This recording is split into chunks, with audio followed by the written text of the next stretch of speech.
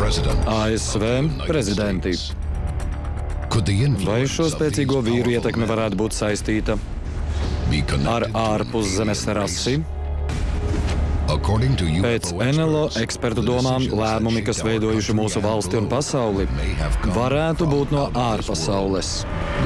Ko zināja prezidenti un nezināja sabiedrība? Vienmēr kas tāds ir noticis. Lidojošie šķīvīši un tam līdzīgi. No NLO virs mūsu galvaspilsētas līdz prezidenta pārunām ar citplanētiešiem. Prezidents Harijs Trūmens slēpa no amerikāņiem, ka NLO ir īsti. Šovakar mēs atklāsim, cik ļoti citu planētu būtnes varētu būt ietekmējušas ASV rezidentus. Starp mums jau ir ārpuszemes spēki. Pievienojieties mums, atklājot prezidentu un citplanētiešu noslēpumu. Globālā cīņa ir sākusies. Slepenās lietas, kas gadu desmitiem ir slēptas no sabiedrības, par NLO liecībām tagad ir pieejamas publiski. Mēs atklāsim patiesību, ko slēpj šie slepenie dokumenti. Uzziniet, ko valdība vēlas slēpt no jums. Slepenās lietas, citplanētieši, atklājot lielāko noslēpumu uz planētas Zemē. Džordžs Vašingtons, 1789. līdz 97. gads. Valley Forge, Pensilvānija. Ir 1777. gada ziema. Neatkarības kara pīķis. Ģenerālis Džordžs Vašingtons vada ievainotu bataljonu, atstājot asins pēdas sniegā. Baisajā ziemā Valley Forge'ā revolūcijas laikā Džordžs Vašingtons, kuru sāka demoralizēt viņa kareivju stāvoklis, devās mežā, lai aizlūgtu. Un mežā Vašingtons ieraudzīja kaut ko, ko var raksturot tikai kā ārpuszemes fenomenu. 1880. gadā National Tribune publicēja kādu Vašingtona vīru liecību. Tajā kareivis stāsta, ka Vašingtonam mežā pietuvojusies savāda būtne. Pēc stāstītā būtne Vašingtonam rādījusi Amerikas karti. Uz tās krituši ūdens pilieni. Katra ūdens piliena vietā izveidojusies pilsēta. Vīzija par Amerikas Savienotajām valstīm, kādas tās izskatīsies pēc vairākiem gadsimtiem.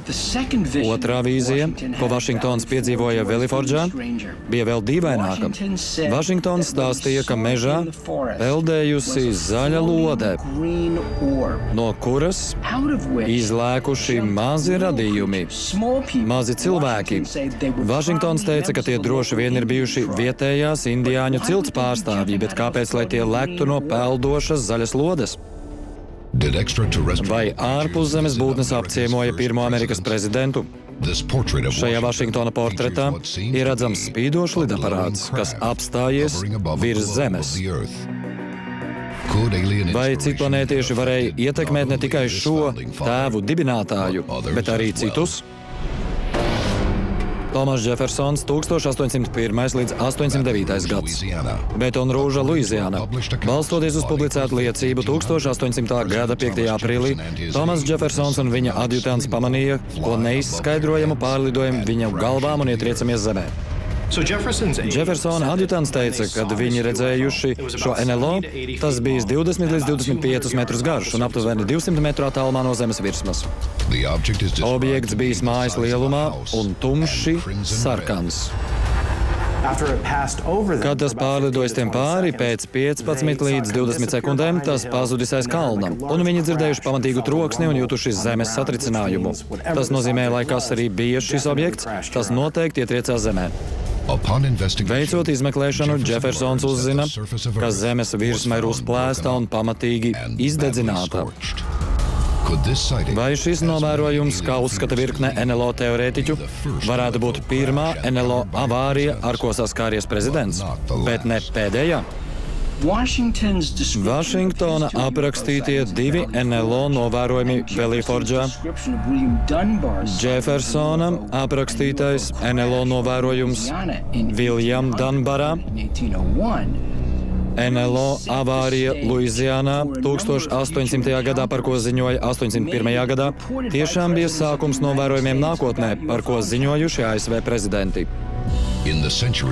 Nākamajos gadsimtos Amerika uzplaukst, un tūkstošiem amerikāņu ziņo par neizskaidrojamu lidaparātu debesīs. Losandželosa 1895. gads. Otrā pasaules kara iznīcinātāji Rouzvela 1947. gads. NLO un citplanētiešu apciemojumiem izplatoties ASV, amerikāņi sāk izjust bailes. 1952. gadā sākās pamatīgs NLO novērojumu pieaugums visā valstī. To varētu nodēvēt par NLO vilni. No piekrastes līdz piekrastei NLO tika novēroti visur. Tas kļuva pazīstams kā NLO gads. Kamēr daudzi stāstus uzskatīja par augstā kara paranoju, kāds būtisks notikums izaicināja skeptiķus jautājot, kāpēc citplanētieši vienkārši nenolaižas Baltā nama mauriņā, jo 1952. gada jūlijā viņi to gandrīz paveic. Jūs skatāties slepenās lietas citplanētieši, atklājot lielāko noslēpumu uz planētas Zeme. Jūs skatāties slepenās lietas citplanētieši. Kopš ASV dibināšanas prezidenti ir sastapušies ar citplanētiešiem un neizskaidrojamiem novērojumiem dažādās valsts vietās. Vai varētu pastāvēt nozīmīga saikne starp citplanētiešu klātbūtni un brīvās pasaules līderiem? Ja citplanētieši ieradās uz Zemes, sevišķi ASV, un vēlējās komunicēt, tad viņi noteikti vēlētos sazināties ar ASV līderi, bruņoto spēku virspavēlnieku. Šo satikšanos rezultātā ASV prezidenti iespējams ir mainījuši mūsu valsti vai pat pasauli. 1952. gada novērojums iedzina bailes sabiedrības sirdī, kad nāciju prezidenta Harija Trūmena vadībā virs Kapitolija apciemoja citplanētieši. Slepenā lieta – citplanētiešu iebrukums Baltajā namā. 1952. gadā sākās pamatīgs NLO novērojumu pieaugums visā valstī. To varētu nodēvēt par NLO vilni. No piekrastes līdz piekrastei NLO tika novēroti visur. Bet 1952. gadā Vašingtonas debesīs risinājās kāds ļoti vēsturisks notikums. Vašingtona pulksten 11:40 1952. gada 19. jūlijā Vašingtonas Nacionālās lidostas gaisa satiksmes kontrole radarā pamanīja 7 neidentificētus objektus pilsētas dienvidrietumos. Pēc gaisa satiksmes kontroles teiktā, šie objekti virs Kapitolija kustējušies neparasti, tā kā to nedara normāli lidaparāti. Objekti ieņēma pozīcijas virs Kapitolija, Pentagona un Baltā nama.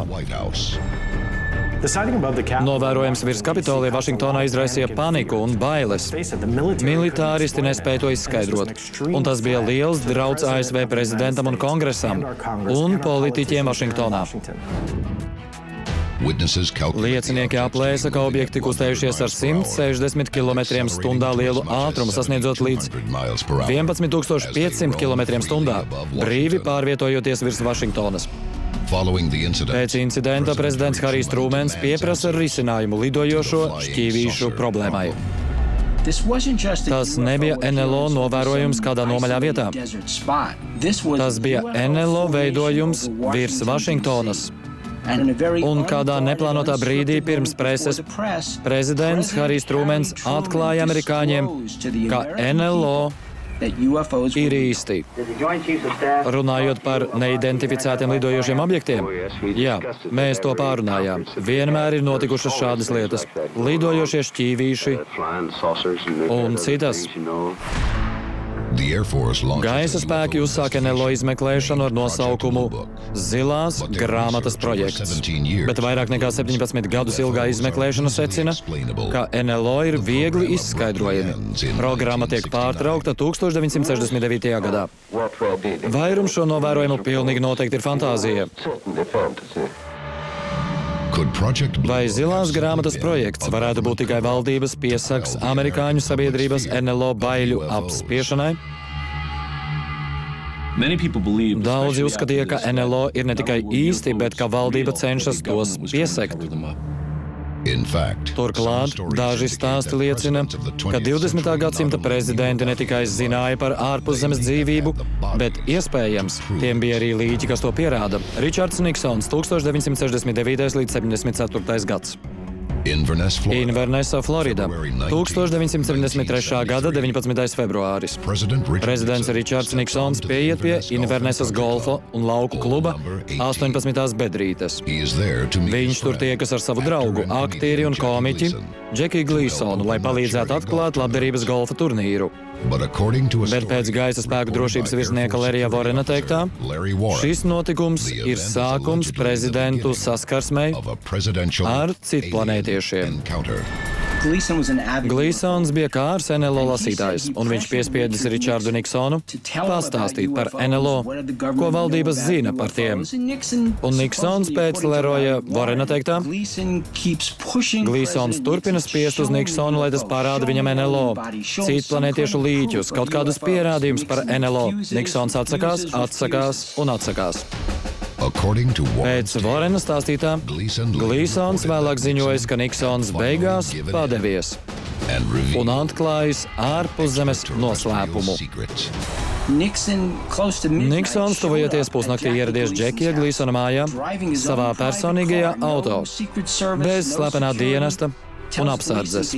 Līdzis Glīsonam kāpt iekšā, sakot, vai gribi ko redzēt, es tev kaut ko parādīšu. Viņi aizbraukuši uz Homestedas gaisa bāzi, izgājuši drošības pārbaudi. Prezidents parādījies Glīsonam citplanētiešu atliekas, kas ieslēgtas, kā Džekijs Glīsons raksturoja Larryjam Warrenam, Coca-Colas saldētavā. ASV prezidentūra glabā daudz noslēpumu. Varbūt mēs neuzzināsim, vai stāsts ar Niksonu un citplanētiešu līķiem ir patiess. Bet mums iespējams ir pierādījumi, ka viens no prezidentiem ir ticies ar citplanētiešiem dzīvē. Pēc īsa brīža jūs skatāties slepenās lietas citplanētieši, atklājot lielāko noslēpumu uz planētas Zeme. Jūs skatāties slepenās lietas citplanētieši. Kopš dibināšanas 1776. gadā ASV prezidenti ir iepīti vienā no lielākajiem cilvēces noslēpumiem – NLO mīklā. Cilvēki tiešām tic, un tas ir atklājies vairākās nacionālajās aptaujās, ka valdība slēpj no amerikāņiem ne tikai NLO eksistenci, bet arī valdības saistību ar NLO. Daži prezidenti apgalvo, ka neko nezina par valsts citplanētiešu noslēpumiem. Ja ASV gaisa spēki ir atraduši citplanētiešu līķi, tad nav par to ziņojuši arī man, un es gribu zināt. Bet daudzi jaunākie prezidenti ir pieredzējuši NLO notikumus, kas tos iedvesmojuši dalīties informācijā ar sabiedrību. Vairāk kā jebkurš to darījis, dažu iesauktais NLO prezidents Džimijs Kārters. Džimijs Kārters 1977. līdz 81. gads. Līrija, Džordžija, 1969. gads. 2 gadus pirms Džimijs Kārters kļūst par Džordžijas gubernatoru un vēlāk par ASV prezidentu, viņš saka uzrunu vietējā skolā, kad viesis norāda uz neparastu gaismu debesīs. Kārters to redzēja, un tas atstāja uz viņu iespaidu, jo viņš ne tikai atminējās redzēto un runāja par to pēc daudziem gadiem, bet viņš arī ziņoja par to starptautiskajam NLO birojam, kas izmeklēja šo fenomenu. Kārters to raksturoja kā spīdošu objektu, kas mainīja krāsu no zilā uz sarkano un atkal uz balto. Tam ir 10 līdz 12 liecinieki. Un Kārters nebija viens. Viņa pēctecis Ronalds Reigans apgalvoja, ka redzējis NLO un domu par citplanētiešu iebrukumu iesēja Amerikas Savienotajās valstīs. Ronalds Reigans, prezidents no 84. līdz 89. gadam. 1974. gads Kalifornijas debesīs topošais prezidents, gubernators Ronalds Reigans lido uz Bakersfieldu, Kalifornijā, savā Cessna lidmašīnā, kad pa logu pamana neparastu objektu. Kad gubernators Ronalds Reigans lidoja uz Bakersfieldu, Kalifornijā, viņš pie Cessna lidmašīnas pamanīja NLO. Viņa kādreizējais militārais pilots arī to redzēja un apstiprināja, ka objekts blakus lidmašīnai atradies vairākas minūtes, un tad pazudis debesīs. Reigans atzina, ka savā brīvajā laikā veicis NLO izpēti. Viņš ticēja, un cilvēkam, kas kļūst par prezidentu, šīs lidaparāts bija īsts, neidentificēts un iespējams citplanētiešu. Viņš cerēja, ka šo mācību no viņa gūs visa pasaule. Iespējams, mums ir vajadzīgs kāds ārējs drauds no visuma. Es reizēm domāju, cik ātri mūsu atšķirības visā pasaulē izzustu, ja mēs sastaptos ar draudu no ārpasaules. Un es jautāju, vai citplanētiešu spēki jau nav starp mums? Iespējams, visnozīmīgākā prezidentu saskarsme ir nevis NLO novērošana, bet gan ASV prezidenta tikšanās ar citplanētieti šeit, uz Zemes. Šī tikšanās ir tik nozīmīga, ka var ietekmēt katra vīrieša, sievietes un bērna nākotni, ja mums izdosies to pierādīt. Dvaits Eizenhauers, prezidents no 1953. līdz 61. gadam. Eizenhauers bija ļoti svarīga persona mūsu nācijas vēsturē. Viņš bija ļoti ietekmīgs, godājams militārs stratēģis. Viņš bija pārdzīvojis Otro pasaules karu. Viņš bija varonis. Pēc citplanētiešu teorētiķu teiktā, prezidents Eizenhauers tika uzaicināts uz tikšanos ar citplanētiešu līderiem vairāk nekā vienu reizi. Bet tikai vienu reizi šie notikumi sakrīt ar iespējamu citplanētiešu lidaparāta parādīšanos. Vieta – Palomena gaisa spēku bāze Ņumeksikā. Datums – 1957. gada 16. oktobris, un viesi – ārpuszemes rase, kas pazīstama kā Greji. Tagad šis notikums ir pazīstams kā Holomenas nolaišanās, kad diskveida lidaparāts nolaidās uz Holomena gaisa spēku bāzes asfalta prezidenta lidmašīnas priekšā, un tikšanās notika turpat uz skrejceļa. Turpinājumā viena satraucoša fotogrāfija var pierādīt saikni starp citplanētiešiem un mūsu valdības pēdējo 50 gadu vēsturi. Skatieties un spriediet paši. Pēc īsa brīža jūs skatāties slepenās lietas citplanētieši, atklājot lielāko noslēpumus planētas Zeme. Jūs skatāties slepenās lietas citplanētieši. Vēstures gaitā ASV prezidenti ir lēmuši mūsu likteni. Bet vai citplanētiešu kontaktēšanās ar prezidentiem arī ir spēlējusi lomu? 1957. gada 16. oktobrī prezidents Dvaits Eizenhauers esot ticies ar citplanētiešiem, lai noslēgtu vienošanos. Vienīgais pierādījums, kas mums ir par šo Holomena incidentu, ir todien uzņemta fotogrāfija ar NLO virs Holomena gaisa spēku bāzes. Foto ir ļoti spilgts. Ja tas ir reāls, tad iespējamā tikšanās todien notika uz Holomena gaisa spēku bāzes skrejceļa. Mēs varbūt nekad neuzzināsim, cik liela ietekme citplanētiešiem ir bijusi uz mūsu dibinātājiem tēviem vai tagadējiem prezidentiem. Bet, ja kāds no šiem notikumiem ir patiess, viens ir skaidrs. Brīvās pasaules līderiem iespējams palīdz kaut kas ārpus šīs zemes. Jūs skatījāties slepenās lietas citplanētieši, atklājot lielāko noslēpumu uz planētas Zeme.